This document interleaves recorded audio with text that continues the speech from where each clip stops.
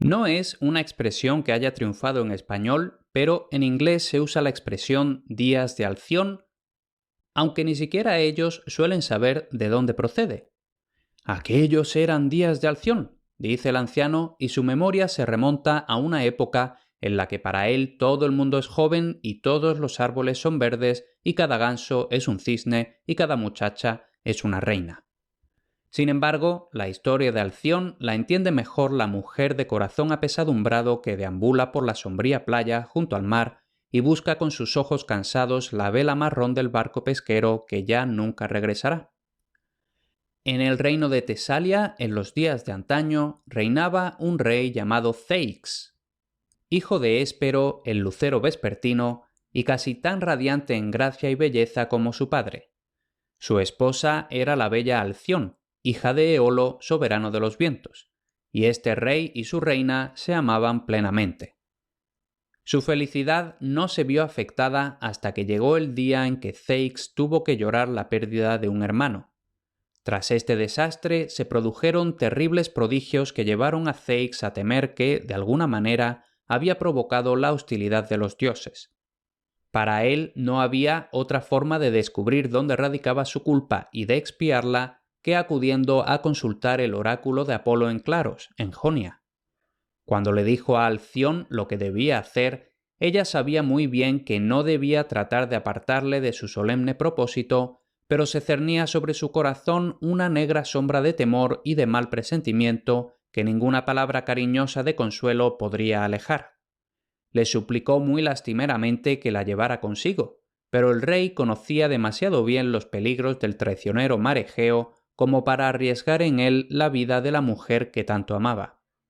«Prometo», dijo, «por los rayos de mi padre el lucero vespertino, que si el destino lo permite, volveré antes de que la luna haya dado 2 vueltas a su orbe». Abajo, en la orilla, los marineros del rey Ceyx esperaban su llegada, y cuando con amor apasionadamente tierno él y Alción se hubieron despedido el uno del otro, los remeros se sentaron en los bancos y sumergieron sus largos remos en el agua. Con rítmico impulso condujeron el gran barco sobre el mar gris, mientras Ceyx permanecía en cubierta y contemplaba a su esposa hasta que sus ojos ya no pudieron distinguirla de las rocas de la orilla, ni ella pudo ver las blancas velas del barco mientras surcaba las inquietas olas. Aún le pesaba más el corazón cuando se alejó de la orilla, y aún le pesaba más a medida que avanzaba el día y descendía la oscura noche. Y es que el aire estaba lleno de los clamorosos lamentos de los feroces vientos, cuya alegría es azotar las olas con furia y sembrar de hombres muertos y maderas rotas la iracunda orilla batida por las olas. «Mi rey», suspiró ella para sí, «mi rey, mi dueño». Y durante agotadoras horas rezó a los dioses para que se lo devolvieran sano y salvo, y muchas veces ofreció incienso perfumado a Hera, protectora de las mujeres, para que se apiadara de una mujer cuyo marido y auténtico amor estaba en la tormenta a merced de despiadados vientos y olas. A su merced estaba el rey de Tesalia. Mucho antes de que la tenue luz del atardecer hiciera de la orilla de su propia tierra una línea gris y tenue, los cabellos blancos de Poseidón, rey de los mares, empezaron a levantar la cabeza, y al caer la noche, una cortina negra, borrando todo punto de referencia y todo lo que se asemeja a un hogar, el viento del este se precipitó a través del mar Egeo, golpeando los caballos del mar hasta la locura, agarrando las velas con cruel abrazo y arrojándolas en jirones ante él, rompiendo el mástil como si no fuera más que una caña seca junto al río. Ante una tempestad tan poderosa, ningún remo podía servir de nada, y durante un rato solo los vientos y las olas bramaron como una manada de lobos a medio saciar sobre su indefensa presa. Con un rugido hambriento, el gran peso del agua negra hervía en la cubierta y arrastraba a los marineros fuera del barco para ahogarlos en sus heladas profundidades, y levantaba de continuo al herido en lo alto de sus blancas crestas espumosas como para lanzarlo al cielo oscuro, y de nuevo lo succionaba hacia la negrura, mientras los vientos chillones lo impulsaban hacia adelante con aullantes burlas y risas socarronas. Mientras la vida permaneció en él, Ceyx solo pensó en Alción. No tenía miedo, Solo el miedo al dolor que su muerte causaría a la que le amaba como él la amaba a ella, su reina sin par, su Alción. Sus plegarias a los dioses eran plegarias por ella. Para sí mismo solo pedía una cosa, que las olas llevaran su cuerpo a la vista de ella para que sus suaves manos pudieran depositarlo en su tumba. Con el grito de triunfo de que habían matado a un rey, los vientos y las olas se apoderaron de él mientras rezaba, y el lucero vespertino, que estaba oculto tras el negro manto del cielo, supo que su hijo, un rey valiente y un fiel enamorado, había descendido al mundo de las sombras. Cuando la aurora, la de los dedos rosados, había llegado a Tesalia, Alción, con el rostro blanco y los ojos cansados, observaba ansiosamente el mar, que aún se agitaba con un ánimo medio salvaje. Contempló con impaciencia el lugar donde se había visto por última vez la blanca vela. No era posible que Ceyx, habiendo resistido el vendaval, hubiera renunciado por el momento a su viaje a Jonia y regresara a ella para llevar la paz a su corazón. Pero la playa estaba sembrada de restos de naufragio y los vientos seguían arrastrando jirones por la orilla, y a ella solo le quedaba la pesada tarea de esperar, de aguardar y de estar pendiente del barco que nunca llegaba. El incienso de sus altares volaba, con pesada dulzura, para encontrarse con el agridulce sabor de las algas que arrastraba la marea, y Alción seguía rezando temerosa, pero con la esperanza de que sus plegarias pudieran mantener a salvo a su rey, a su amor. Se afanó en preparar las ropas que él llevaría a su regreso, y en elegir las ropas con las que ella podría ser más bella a sus ojos. Esta túnica, tan azul como el cielo en primavera, de bordes plateados como el mar de buen humor, está bordeada por una plumosa franja de plata. Podía recordar cómo la miró Ceyx la primera vez que la vio con ella puesta. Podía oír su voz cuando le decía que de todas las reinas ella era la más hermosa, de todas las mujeres la más bella, de todas las esposas la más querida. Casi olvidó los horrores de la noche. Tan segura parecía de que su querida voz pronto volvería a decirle las palabras que habían sido la letanía del amor desde el principio de los tiempos. En los oídos de Hera, aquellas súplicas por él, cuyo cadáver era arrojado de aquí para allá por las inquietas olas, sus asesinas, llegaron a ser al fin más de lo que podía soportar. Ordenó a su sierva Iris que fuera al palacio del dios Sueño, hermano de la muerte, y le pidiera que enviara a Alción una visión, con la apariencia de Ceyx, para decirle que toda su cansada espera había sido en vano. En un valle entre las negras montañas de Cimeria tenía su morada el mortal dios Sueño. Iris, con sus vestiduras multicolor, surcó el cielo por orden de su señora, tiñendo las nubes a su paso. Al final llegó a un valle silencioso. Allí nunca salía el sol ni se oía ningún ruido que rompiera el silencio. Desde el suelo, las silenciosas nubes grises, cuyo trabajo es ocultar el sol y la luna, se elevaban suavemente y se alejaban hasta las cimas de las montañas y bajaban hasta los valles más bajos para cumplir la voluntad de los dioses. Alrededor de la cueva acechaban las largas y oscuras sombras que infunden temor en el corazón de los niños y que, al caer la noche, apresuran los pasos del caminante temeroso. No se oía ningún ruido, pero desde el fondo del valle llegaba un murmullo tan tenue y tan infinitamente tranquilizador que era menos un sonido que una canción de cuna recordada en sueños. Cerca de la puerta de la cueva donde moraban los hermanos gemelos, el Sueño y la Muerte, crecían amapolas de color rojo sangre, y en la misma puerta se alzaban formas sombrías, con los dedos en los labios, imponiendo silencio a todos los que quisieran entrar. Iban coronados de amaranto y agitando suavemente gavillas de amapolas que traen sueños de los que no se puede despertar. No había ninguna puerta con rechinantes bisagras o resonantes barrotes, e Iris se adentró en la oscuridad sin obstáculos. Fue de una cueva exterior a otra interior, y cada cueva que dejaba atrás era menos oscura que aquella en la que había entrado. En la sala más recóndita de todas, en un diván de ébano cubierto con cortinas de Marta, dormitaba el dios del sueño. Sus vestiduras eran negras, salpicadas de estrellas doradas. Una corona de amapolas entreabiertas coronaba su cabeza soñolienta y se apoyaba en el fuerte hombro de Morfeo, su hijo predilecto.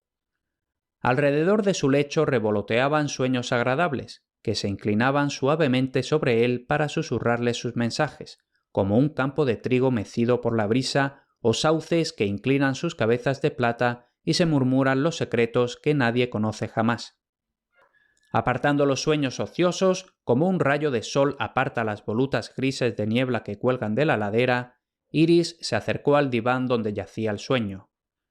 La luz de su túnica con los colores del arco iris iluminaba la oscuridad de la cueva, pero el sueño tan solo entreabrió los ojos perezosamente, movió la cabeza para que descansara con más facilidad y con voz somnolienta le preguntó cuál era su misión. «Sueño», dijo ella, «el más gentil de los dioses, tranquilizador de mentes y calmante de corazones apesadumbrados. Hera te envía sus órdenes para que mandes un sueño a Alción en la ciudad de Traquis, en representación de su marido perdido y todos los acontecimientos del naufragio». Entregado el mensaje, Iris se marchó a toda prisa, pues le parecía que ya le pesaban los párpados y que los miembros se le embotaban, con polvo de plata en los ojos y con la mente adormecida, por obra de esos duendecillos nacidos de las amapolas rojas como la sangre que llevan a los cansados mortales descanso y dulce olvido. Levantándose tan solo lo suficiente para dar sus órdenes, el sueño confió a Morfeo la tarea que le había impuesto Hera, y luego, con un bostezo, se dio la vuelta sobre su mullida almohada y se entregó a un sueño exquisito. Cuando hubo volado hasta Traquis, Morfeo tomó la forma de Ceyx y buscó la habitación donde dormía Alción. Ella había observado el lejano horizonte muchas horas ese día. Durante muchas horas había quemado en vano incienso a los dioses. Cansada en corazón y alma, en cuerpo y mente, se tumbó al fin en su diván, esperando el don del sueño. No hacía mucho que dormía, en el sueño muerto que el cansancio y un corazón destrozado traen consigo, cuando Morfeo llegó y se paró a su lado. Solo era un sueño, pero su rostro era el rostro de Ceyx. No era el radiante y hermoso hijo del lucero vespertino el Ceyx que ahora estaba a su lado y la contemplaba con ojos muertos de lástima. Su ropa chorreaba agua de mar, en su pelo se enredaba la maleza del mar, arrancada por la tormenta. Pálido, pálido estaba su rostro, y sus blancas manos agarraban las piedras y la arena que le habían fallado en su agonía. Alción gimió en sus sueños mientras lo miraba, y Morfeo se inclinó sobre ella y pronunció las palabras que le habían dicho que dijera. «Alción, soy tu esposo, Ceyx. Ya no me sirven las oraciones ni el humo azul del incienso. Muerto estoy, asesinado por la tormenta y las olas. Sobre mi rostro muerto y blanco los cielos miran hacia abajo y el mar inquieto agita mi cuerpo frío que aún te busca, buscando un refugio en tus queridos brazos, buscando descanso en tu cálido y amoroso corazón». Con un grito, Alción se levantó, pero Morfeo había huido, y no había huellas húmedas ni gotas de agua de mar en el suelo, marcando, como ella había esperado, el camino que su señor había tomado. El sueño no volvió a visitarla aquella noche. Amaneció una mañana gris y fría que la encontró en la orilla del mar. Como siempre, sus ojos buscaron el lejano horizonte, pero no había ninguna vela blanca, mensajera de esperanza, para saludarla. Sin embargo, vio algo. Una mancha negra, como un barco impulsado por los largos remos de los marineros que conocían bien el camino a casa a través de las aguas. Desde muy lejos, en el horizonte gris, se apresuró hacia ella, y entonces Alción se dio cuenta de que aquello no era un barco, sino un cuerpo sin vida, arrastrado por las olas. Se acercaba cada vez más, hasta que por fin pudo reconocer la forma del residuo del mar. Con el corazón roto al pronunciar las palabras, extendió los brazos y gritó en voz alta. «¡Ay, Ceyx, amado mío! ¿Es así como vuelves a mí?» Para romper los feroces asaltos del mar y de la tormenta, se había construido desde la orilla un dique, y a esta barrera saltó la angustiada Alción. Corrió a lo largo de ella, y cuando el cuerpo blanco y muerto del hombre que amaba estaba aún fuera de su alcance, rezó su última plegaria, una plegaria sin palabras de angustia a los dioses. «Tan solo permitidme acercarme a él», dijo. «Tan solo permitidme acurrucarme junto a su querido pecho. Permitidme mostrarle que, viva o muerta, yo soy suya, y él mío para siempre. Y a Alción se le concedió entonces un gran milagro, pues de sus níveos hombros brotaron alas blancas como la nieve, y con ellas se deslizó sobre las olas hasta que alcanzó el rígido cuerpo de Ceyx a la deriva, carga indefensa para las olas victoriosas con la rápida marea. Mientras volaba, lanzaba gritos de amor y de anhelo, pero solo extraños gritos estridentes salían de la garganta que antes solo había emitido música. Y cuando llegó al cuerpo de Ceyx y quiso besar sus labios de mármol, Alción descubrió que sus propios labios ya no eran como los pétalos de una hermosa rosa roja calentada por el sol, pues los dioses habían escuchado su plegaria y a los observadores de la orilla les pareció que su pico endurecido desgarraba ferozmente el rostro del que había sido rey de Tesalia. Sin embargo, los dioses no eran despiadados, o tal vez el amor de Alción era un amor que todo lo podía, porque el alma de Alción se había convertido en el cuerpo de un ave marina de alas blancas, el martín pescador, y lo mismo había sucedido con el alma de su esposo el rey. Y por siempre Alción y su compañero, las conocidas como aves de Alción, desafiaron a la tormenta y a la tempestad, y orgullosamente se enfrentaron una al lado de la otra a las olas más furiosas de los mares embravecidos. También a ellas les concedieron los dioses una bendición, que durante 7 días antes del día más corto del año y durante 7 días después de él, reinara sobre el mar una gran calma en la que Alción, en su nido flotante, empollara a sus crías. Y a esos días de calma y sol se les dio el nombre de días de Alción.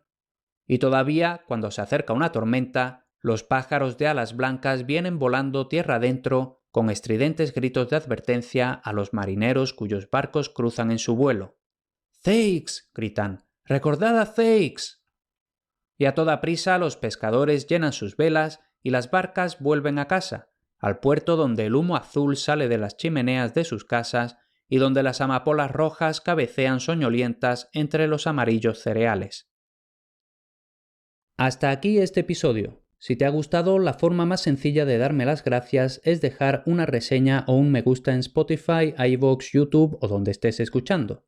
Considera también apuntarte a la versión premium del podcast, donde además de apoyar económicamente mi labor, podrás disfrutar de todos los episodios sin publicidad, con la ventaja de que ahí tienes los episodios listos en cuanto los tengo preparados, por lo que siempre van varias semanas por delante.